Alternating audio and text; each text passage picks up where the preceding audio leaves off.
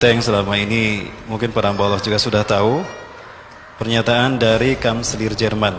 Beliau namanya Angela Merkel. Ya, dia pernah mengatakan dalam ceramahnya kalau Jerman akan menjadi wilayah Islam.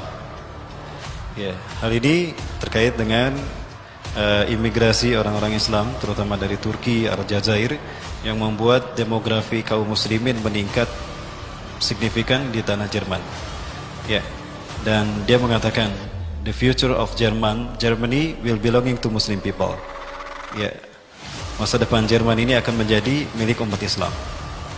Nah, hal ini menunjukkan sebuah pembuktian dari apa yang disampaikan Rasulullah SAW, bahwa nanti Eropa ini akan menjadi wilayah Islam.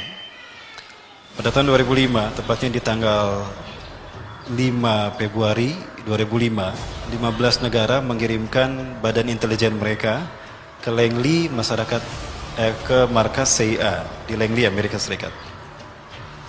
Mereka menyatakan bahwa Eropa tidak lama lagi akan menjadi wilayah Islam. Hal ini menyusul dari penemuan dan pernyataan tokoh politik Barat yang sejak tahun 80 mengatakan, not least for 50 years, Europe will become Muslim state. Tidak lebih dari 50 tahun, Eropa akan menjadi negara Islam. Hal yang membuat mereka takut seperti ini dan tidak bisa mereka bendung adalah pertumbuhan demografi umat Islam, di mana mereka meningkat dengan pesat di negara-negara Eropa, Prancis, Inggris, Amerika, Kanada, Belanda. Bahkan di luar dugaan, Denmark akan menjadi negara pertama di Barat yang akan mendeklarasikan berdirinya syariat Islam dan negara Islam di Eropa. Sepertiga dari Kongres dari Parlemen Denmark itu adalah Islam.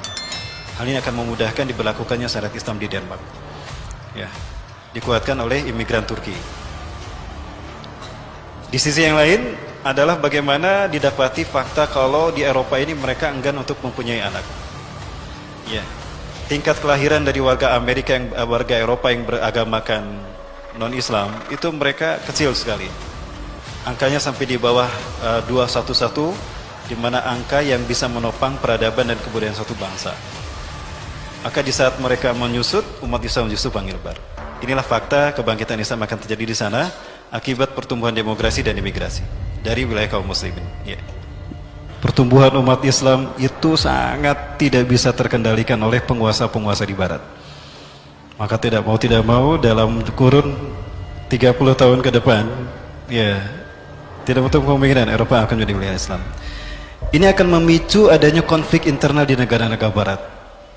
Ya, sehingga para penguasa yang mereka zalim dan anti-Islam dan mereka fobia terhadap Islam, mereka akan bersatu. Hal inilah yang akan memicu pada akhirnya terbentuknya 80 persekutuan negara yang mereka akan menyerang pusat kebangkitan Islam nanti. Jadi mereka tidak akan menyerang bangsa-bangsa kaum muslimin yang ada di Eropa. Mereka tidak akan menyerang umat Islam yang ada di Asia terlebih dahulu, tidak. Tapi akan mereka serang adalah pusat kebangkitan Islam nanti. Di mana pusat kebangkitan Islam itu akan terjadi? Rasulullah SAW menyebutkan, Fustatul muslimin yauma malhamatil kubra fi makanin yuqalu lahu Qutah fiha madinatun yuqalu laha Damaskus atau Damaskus. Pusat kekuatan umat Islam nanti, pusat pemerintahan umat Islam di akhir zaman nanti, di perang dunia ketiga sebelum hari kiamat, adalah di sebuah tempat yang bernama Qutah. Dan di sana ada sebuah kota yang bernama Damaskus. Ya. Nah, artinya apa? Jika Islam nanti disebutkan Rasulullah akan bangkit di sana, maka yang mereka serang adalah pusat kebangkitan Islam itu, dengan tujuan menghentikan laju kebangkitan Islam. Inilah alasan makanya Suriah dikuasai oleh mereka. Sadarkah kita Bapak Ibu sekalian, jika ini terjadi, ini merupakan pertanda dari telah dekatnya perang dunia itu. Rasulullah menyebutkan ciri perang dunia itu akan terjadi, malhamatul kubra itu terjadi adalah kiamat tidak akan terjadi, sehingga seburuk-buruk orang Syam, seburuk-buruk orang Suriah akan hijrah ke Irak, dan sebaik-baik orang Irak akan hijrah ke Suriah.